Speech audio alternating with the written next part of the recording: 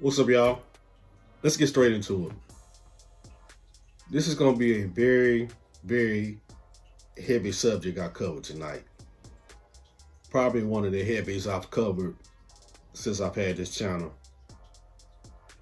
Let me start out with this disclaimer. Get this right out the way.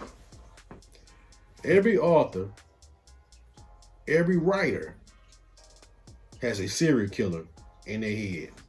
A character that has murdered more than one person. That's basically the definition of a serial killer, a person who has committed multiple murders. I wanted to do something different when I finally released the serial killer that's been in my head and put him on paper. As for all my writings, they come from a real place. They come from events I know about, events I've been through, things I've seen, things I have knowledge of. And the serial killer that has been in my head for years comes from a true place, real events that took place. Now, I'm not for sure because on a person's mind I'm aware of when it comes to writing is mine. And I'm going to go out on a limb right here and say this. I believe all authors and writers who write about people who kill multiple individuals, i.e. serial killers, it comes from some type of influence, some type of way. So for me, I have to get into this. Why? Why, Black P.O.E? Why in the hell did you write about a serial killer? Let me break this down and give you a little background on mine. I think I'll give you some hints of who he was from the previous stories of Confessions of a Black Author. It was my detective chasing this particular serial killer.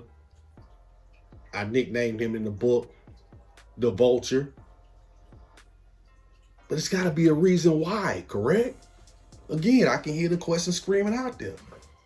What's behind this damn sick bastard you created called the Vulture? Give me some time, y'all. Straight up. Let me take it back to 4 years old, when I believe I encountered a serial killer. If you grew up in East Nashville in the 80s, you probably know who I'm talking about. I'm going to change the name up a little bit, but he was a drifter.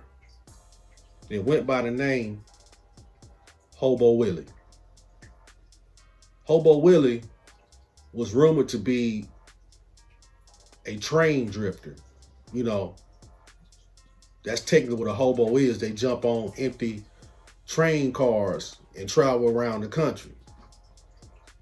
But this particular hobo, Hobo Willie, they said not only was he jumping trains, but he was snatching up little kids, taking them on the train, chopping them in a million pieces, killing them, and nobody ever saw him again.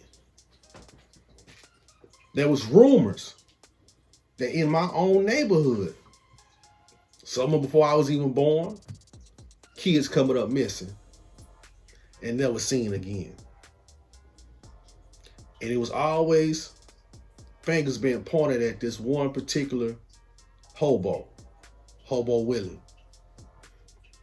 I know I was a kid, 4 years old, so I was pretty short, of course.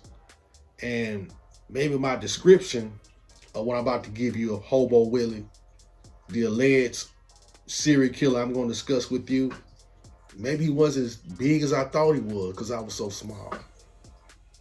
But this particular person, he was a brother. To me, Hobo Willie was probably about 6'3". He was light-skinned, and he had these crazy-looking eyes. He used to often talk to himself.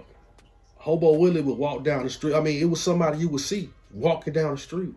Hobo Willie would be walking down the street, I guess, with all these voices in his head and having complete conversations. I can see, yeah. Dead serious. That was Hobo Willie.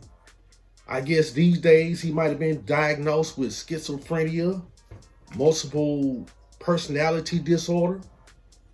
But any given time, every time you saw Hobo Willie, he was having a conversation with a lot of people in his head. I want to believe there was probably demons he was arguing with in his head. I can't make this up.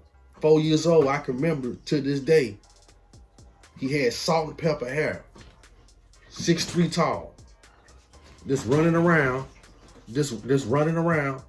Bango, get back over there and lay down, dog. You're not gonna get up under me and start snoring.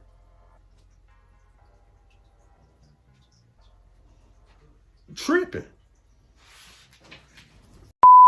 To this day, I can still picture Hobo Willie with the salt and pepper hair, walking up and down the street any given time, day or night. It was really spooky to see Hobo Willie at night, arguing with them demons in his head.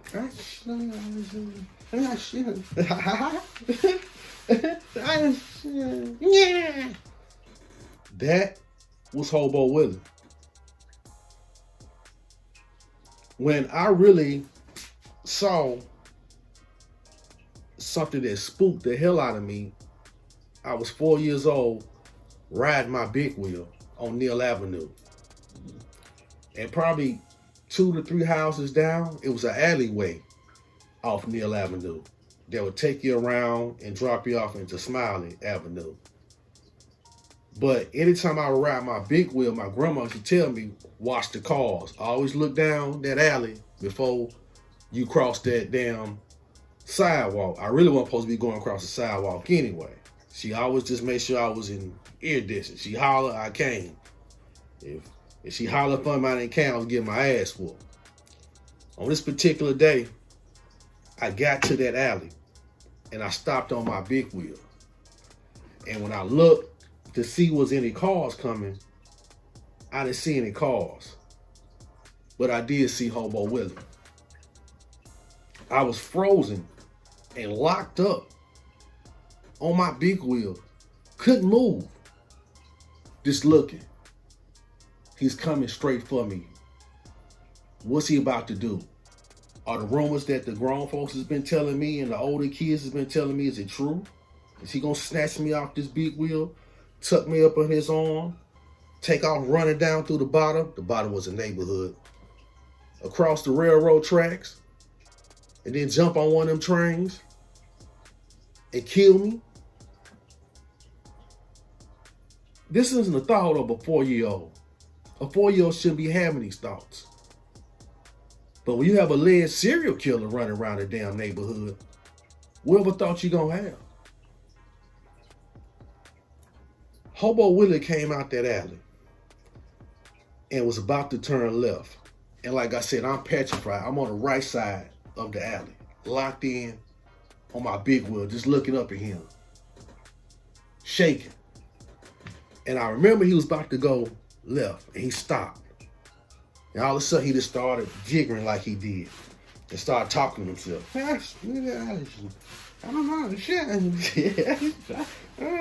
Then all of a sudden, he looked at me with a look of pure evil I would never get out my head. I just remember that screech, that high sound, at me. And the only thing I can remember is locking on my big wheel and screaming for my grandma. Big mama!